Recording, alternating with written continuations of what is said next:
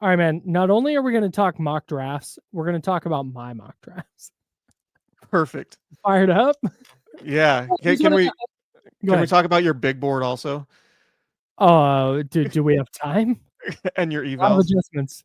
A lot of adjustments to my big board. Sure. No, here's the thing with mock drafts, and I want to like make this understood up top.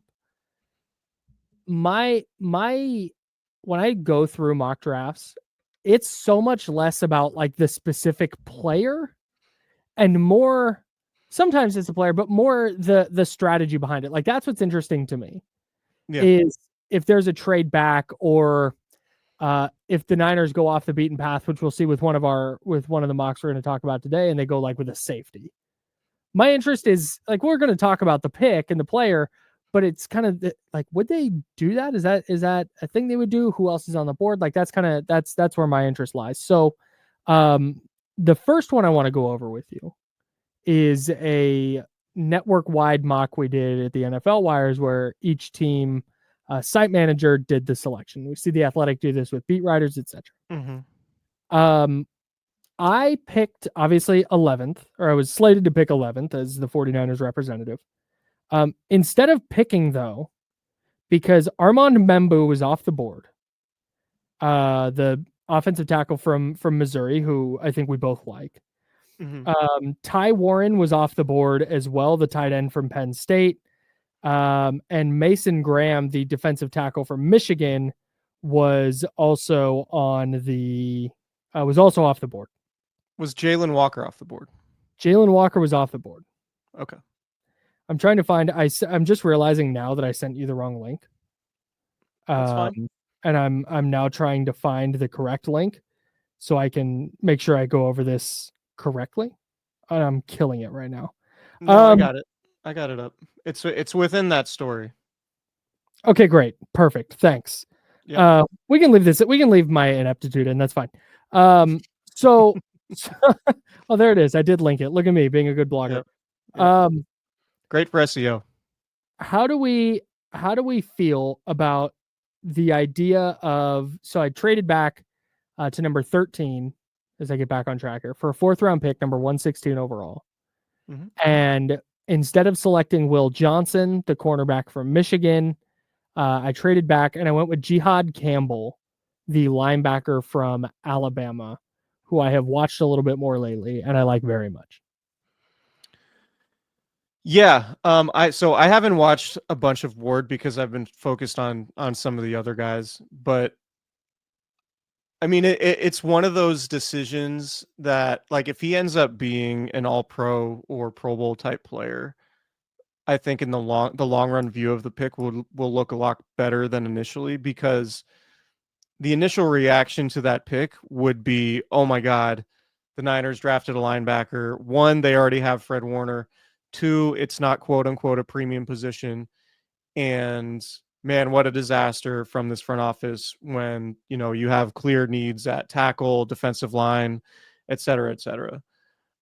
But there's a chance 3 years from now when he's an All-Pro player and you're looking at Fred Warner and Ward is like one of the best linebacker duos in the NFL, then you'll say, yeah, it didn't look great at the time, but it turned out to be an excellent pick. Mm-hmm. And there are, and I do tend to look at things sort of interconnected. Like, all right, maybe you didn't load up on your defensive line with your 1st round pick, mm-hmm. but you're still adding to your front 7. And maybe a really good linebacker makes your defensive line look a little bit better. Or maybe you're still really good against the run because you have a really good linebacker, right? Well, like, same way, it's a similar thing with like pass rush and coverage, right? Like, you might get a better pass rush because you have better coverage on the back end. Sure. Or your coverage might look better because the quarterback's rushed because the pass rush is so good. Right. So I wouldn't love the pick, but ultimately it would be something where, like, if he's a good player in a few years, then you'd be fine with it. Yeah, I guess for me, if there was this collective freak out about losing Dre Greenlaw, which was kind of the consensus when I was on the internet, and again, knowing fully that Twitter is a very small section of the 49ers fan base, the section of Twitter that interacts with me isn't even like minuscule sliver. But when I would try and reason, like, look, this is not as bad as it seems, a lot of people would say, I agree for the most part, but losing Dre Greenlaw hurts. It's like, I get that. So just draft his replacement in the first round, especially with Campbell specifically. He's got upside as a pass rusher. He's a converted defensive end, moved to off-ball linebacker because of a glut of talent at defensive end at Alabama. So he's got upside as a pass rusher, instinctually really good player. Like he has all the measurables and athleticism to, I think, be a really effective player in the second level. And I think the Niners' ability to control the second level was a big reason their defense has been so good. And we saw it last year. I think a huge reason they struggled, yes, pass rush and defensive line for sure. But how many times was Devondre Campbell just a step or two late in coverage? Where now instead of that short completion going for 2 yards, it's a 15-yard gain and a first down. I think it's a really important thing. So I think when we talk about offensive line, for sure, like that's a huge need. Defensive line, massive need. But if they're in this position where, okay, they want to trade back, but the only real taker is in that 12, 13, 14 range, so you're not going to get a ton of capital for moving back, I think dropping back 2 spots, picking up a 4th rounder, and taking a player in a position of need with a ton of upside to be very, very, very good at that position makes sense more than, in my opinion, based on my big board, makes more sense than just reaching for a defensive lineman because you need a defensive lineman. That's how you get Javon Kinlaw. Hey, this might not be the best player here, but we need a defensive lineman, so just go get him. No, man, you don't have to pigeonhole yourself like that. I think position matters a little, and if it's between, let's say, Walter Nolan, defensive tackle out of Ole Miss, and Jihaad Campbell, they're in the same spot on the Niners board. They're like, who do we take here? Then I get taking a defensive tackle. If you think those are equal players at their positions, cool. Go with your position of need. Or the bigger position of need. But I like the idea of taking a linebacker, an off-ball linebacker, in the first round if you think that player has upside to be a Pro Bowl, All-Pro type of player. Yeah. So, and with linebacker specifically, I think there's a significant portion of 49ers fans who would understand the value of linebacker, given how important Patrick Willis and Navarro Bowman were to contending teams, and given how important Fred Warner and Dre Greenlaw were to contending teams. Like that value, like what elite linebacker play and having 2 elite linebackers, like that value is very apparent. Right. But the other side of the argument is, well, yeah, Patrick Willis was a 1st round pick. I think, was he 11th overall? I think he was 11th overall. Something like that. Yeah, but Navarro Bowman, what, 3rd round? Yep. Fred Warner, 3rd round. Dre Greenlaw, 5th round. Like that would be the counter. Like, yeah, obviously there's a ton of value in having elite linebackers, but you might be able to get elite linebacker play later in the draft. So that would be the counter. Sure. But again, like if you draft him in the 1st round and he's an all-pro type guy for the next 4 or 5 years, then you feel really good about it. The other point I want to make too, because there would be a discussion about positional value, right? And like, oh, they drafted a linebacker, it's not good about like, yeah. You need a more premium position. I think the test case that is going to be used going forward a lot is the 2023 draft class from the Detroit Lions, when they had 2 first-round picks and 2 second-round picks. And ultimately they drafted basically all dudes with those first 4 picks in 2023. They get Jahmyr Gibbs, a running back, with the 12th overall selection. And obviously running back, super polarizing, taking that one, like a guy like that early in the draft. Jack Campbell, a linebacker, 18th overall from Iowa, has been an absolute stud for them. In the middle of their defense, it's been really good. Sam Laporta, one of the best young tight ends in the league. And then Brian Branch, who ended up being a really good DB for them. They got 45th overall with their second round pick. The point here is they drafted 4 dudes, and the one that plays the quote-unquote premium position was the 4th one they took at 45th overall in the second round. So, like, if you draft dudes, then positional value means much less. If you take a linebacker or a tight end or a running back, and they're not immediately like high level contributors or starters, Right. then that's where the positional value thing becomes more important. But it's like, all right, no, we think this guy's going to be a plug and play stud at linebacker from day one. Mm-hmm. Then I think it's perfectly justifiable in the same way that Jahmyr Gibbs was justifiable 12th overall, given to the dynamic he brought to that Lions offense. Right. Same with Campbell, same with Laporta. Like those aren't quote premium positions, but those dudes were good enough immediately to justify the picks. Right. Yeah. And that's where we keep going back to the like pretty revolutionary draft strategy of just picking good players. Yes. Like you said, positional value does count for something. Like Yeah. the 49ers, I don't think, never say never, but I doubt they're going to draft Ashton Genty if he makes it to number 11. I don't think they're going to take the Boise State running back. Right. Just because that's not really a position of need. We've seen him get running back production elsewhere. I just think with off-ball linebackers specifically, we've seen them try and plug in non-Dre Greenlaw players over the last few years, and it hasn't worked out. I don't know if that's because D'Amico Ryans is gone and not coaching these dudes up anymore. Maybe it's Robert Saleh. Maybe Robert Saleh comes back and Jalen Graham or D. Winters or Tatum Bethune has the light bulb go on, and they're just awesome, and the Niners feel good about it, and they don't have to take take a linebacker in the first round. Cool. But I think with this mock specifically, the way this all kind of shook out with the players who went before the 49ers and where I was able to trade back to, this makes a lot of sense. Yeah. And maybe and the discussion will be like, all right, do you feel like Campbell's good enough to go that early, or would you be fine with somebody like Demetrius Knight from South Carolina in the second round, or Carson Schwessinger, or great. Chris Paul Jr.? Wow, Chris Paul's son is in the draft. Interesting, from Ole Miss. I actually watched him for real. But so that's always like what you're weighing. But you weigh that with every position, but maybe more so with linebacker, given the franchise's history with their ability to find really good linebackers outside of the first round.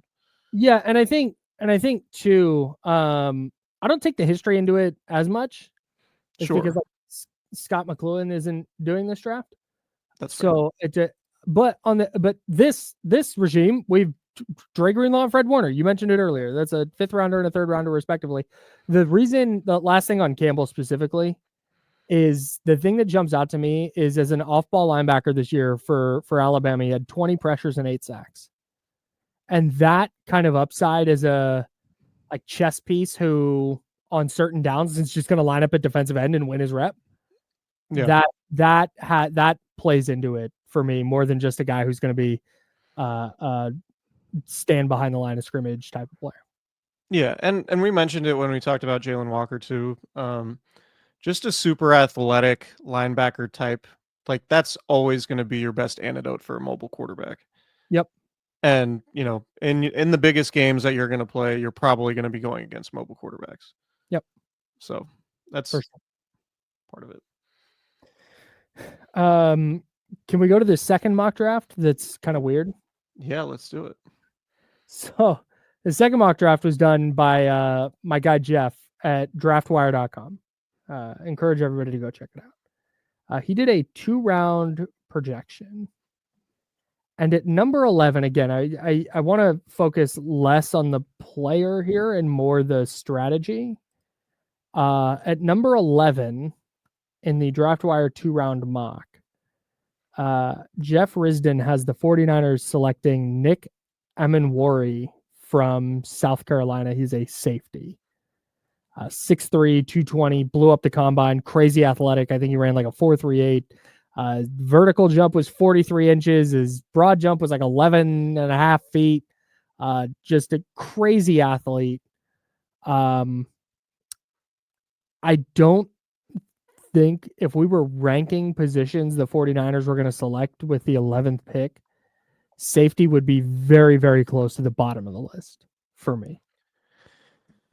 Yeah, and again, I don't want to judge it too much just off the position, but I'm with you in that like there's a reason why safeties don't get a whole lot of money on the free agent market.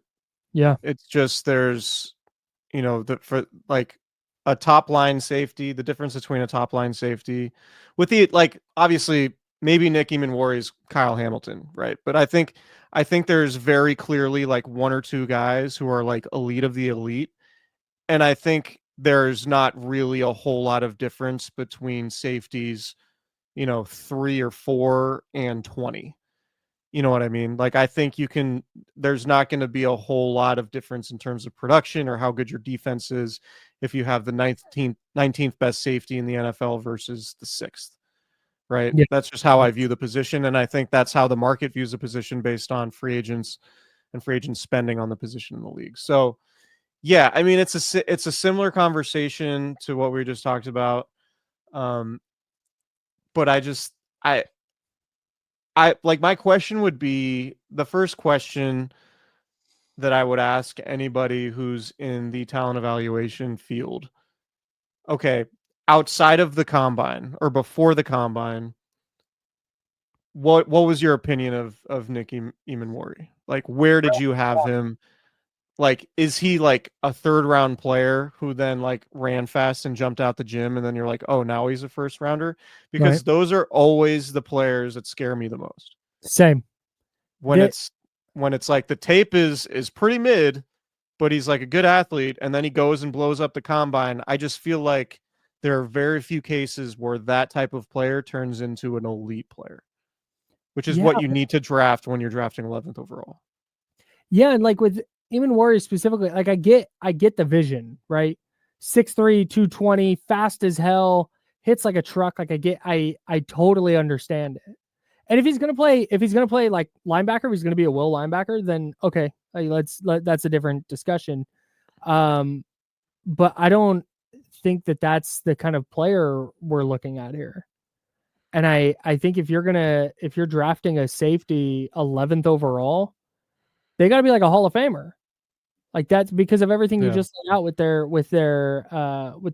value at the position, just from what they do for a defense. And I don't think that I had not heard Nick Emmanwori's name anywhere near the top 15 in a mock draft prior to, and that doesn't mean it wasn't out there, but I don't remember him being a thing. And then he goes and blows out the combine. And to your point, Taylor Mays, Yeah. prime example.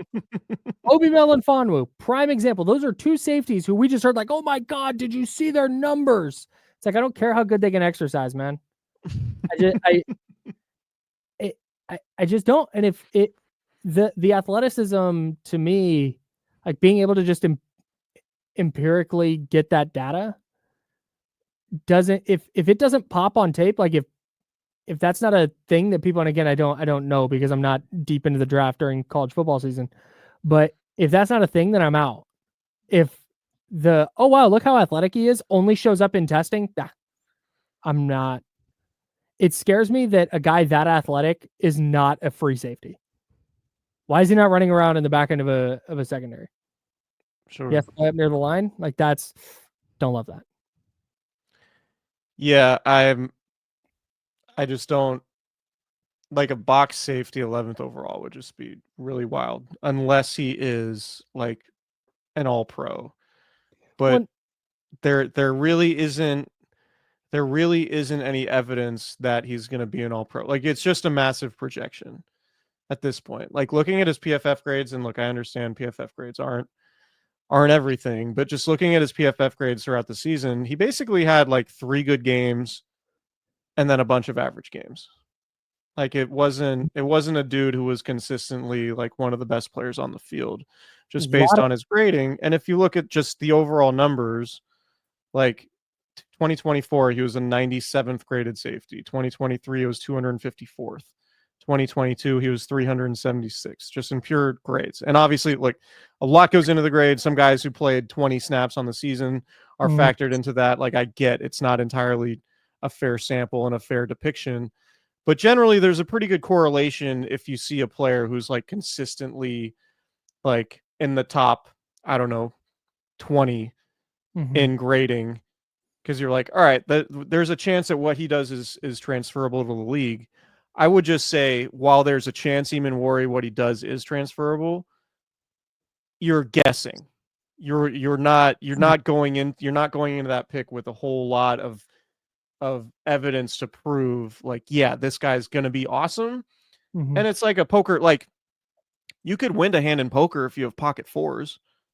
Sure. You might not, you can win that hand, but the probability is not great. I'd rather have pocket aces. You'd much rather have pocket aces, which in this example would be somebody who's played at a high level for multiple seasons and has been dominant at the college football level. Yeah. I think getting away from Emmanwori specifically, I don't think the 49ers value safety enough to use a first round pick on it. I'm not even sure they value cornerback enough to use a first round pick on it. But we've seen them take, in the last couple of years, Jair Brown in round 3, Malik Mustafa in round 4. They just let Talanoa Hufanga walk, and they have signed 2 safeties in free agency. And I do think that's notable. Not that I ever really think like, oh, they signed this position and a guy who's likely a backup. Like they're obviously out on that position in the first round. Mm-hmm. But it does feel like, you sign Richie Grant and Jason Pinnock, you're not like dying to take a developmental prospect. Yeah. And if the 11th overall pick at that position. And again, maybe the 49ers are infatuated with him. And maybe he's there at 11 and they can't wait to draft him. But I don't foresee the 49ers going that route. Just kind of given their needs. Like they have players who can play safety. Is Jair Brown awesome? No. But I don't think it's so dire back there that you gotta throw. I think it might be dire at linebacker. I think it's certainly dire at defensive end and a defensive tackle. I don't think it's necessarily there at safety. So just going back through, just looking at the first round, please.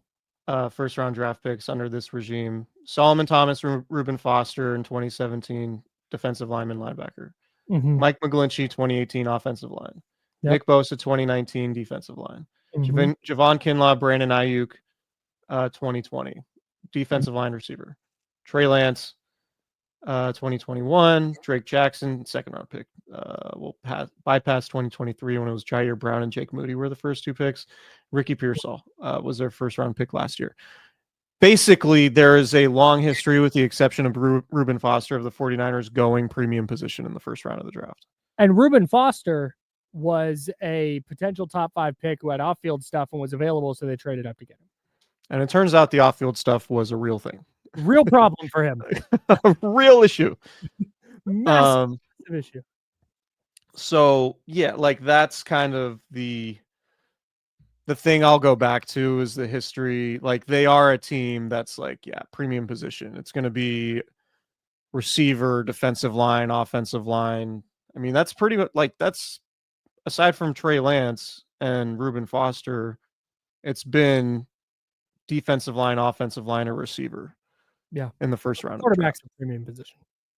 And quarterback, yeah. So like that still plays. Yeah, man, I think they have a type. And unless do you remember when we talked about how I thought they might be changing their team building philosophy on defense? Mm-hmm. And basically they've been built front to back for so long. And I just kind of, I was wondering, hey, do we think the chips are just kind of falling where they're going, hey, Renardo Green's a player, took him in the second round, earliest they've ever taken a cornerback. Diamador Lenore is a player, going to extend him. It's really hard to find awesome defensive linemen. So what we're going to do is we're going to just try and, I'm going to say cobble together a defensive line, but a lot of late round picks, a lot of cheap free agents, and try and put together an adequate defensive line and be awesome in coverage. That's where, if they continue down that path, if that's just kind of what they see, like maybe Will Johnson, the cornerback from Michigan, or Jahdae Barron, the cornerback from Texas, who have both been mocked to the 49ers at number 11. Maybe they love one of those guys and they just go full commit to that. And they're hey, we're going to buck this trend and we're going with a corner. We're just going to make sure that we're good in coverage. And now we'll figure out the defensive line. I do kind of wonder if that's still in play. I think it might be. I also think we might just be overthinking it a little bit, and it might just be as simple as it's considered one of the deepest defensive line drafts in forever. The Niners have a ton of needs along the defensive line, and they're going to come away with 5 defensive linemen in this draft class. Sure. Like, I think, like, I just counted, PFF in their top 32 prospects have 12 defensive linemen, interior or edge guys. Mm-hmm. And the 49ers could use help at both, right? Like, so I do think there's a real possibility, and it might even be the most likely possibility, that they just end up with, out of their first like 5 rounds, if they trade back, they end up with like 3 or 4 defensive linemen. Like, that would not surprise me at all.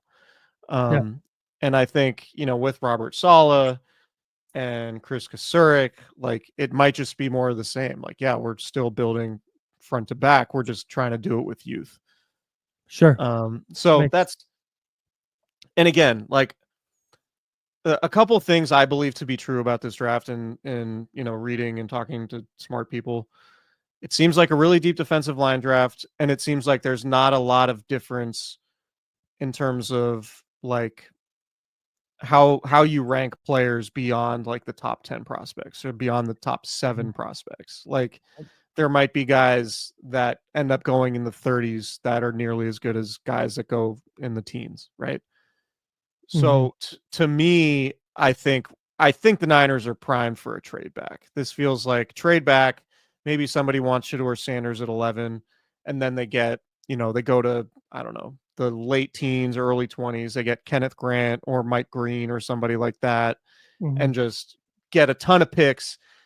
And then after the draft, we come out of it being like, well, the Niners just added 16 players in the draft, and that's their justification for letting all these free agents walk. Yeah. That's kind of where I think this is headed. And we're going to look back at all the uproar of how free agency went with like, well, they replaced it with like a lot of rookies they feel pretty good about. So that's not to say it's going to work. I just think that's kind of where this is headed. Yeah.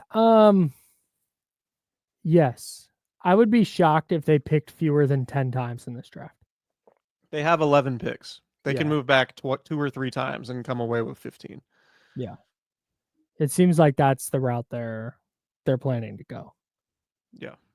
And honestly, I think part of the not the impetus, the motivation behind not signing many free agents right now is they're trying to load up in next year's draft too. Yeah. And they don't want to mess with their comp pick formula. Well, here's the other part that I think is worth noting, right? They spent a ton of money in cash the last couple years. They kicked a lot of money down. They kicked the can down the road on a lot of money and a lot of contracts, restructuring guys, creating cap space, having a very expensive roster because they thought they were contending for championships. We're getting into this discussion again. But what they're doing is in 2 years or whatever, they're putting themselves in position to say, hey, if we need to spend a ton of cash and have, do what they did in 2022 and 2023 with a bunch of expensive players, and if they have a top line roster like they did have, that's what they're putting themselves in position to do in a couple years.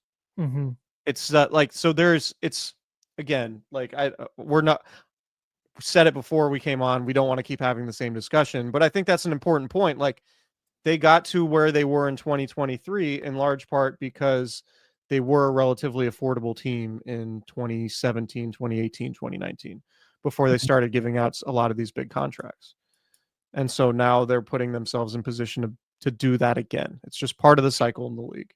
Yep. It's not Jed York building an addition onto his house that he can now afford because the Niners aren't giving out money to veterans. Like, that's not what's happening. That might also be happening. I see Jed just on Twitter posting pictures of like, oh man, this new steam room, sweet. I feel so relaxed. This putting green sure is helping my short game. Niners lost today? Oh, well, good thing I have this nice spot to relax in. New cryo chamber.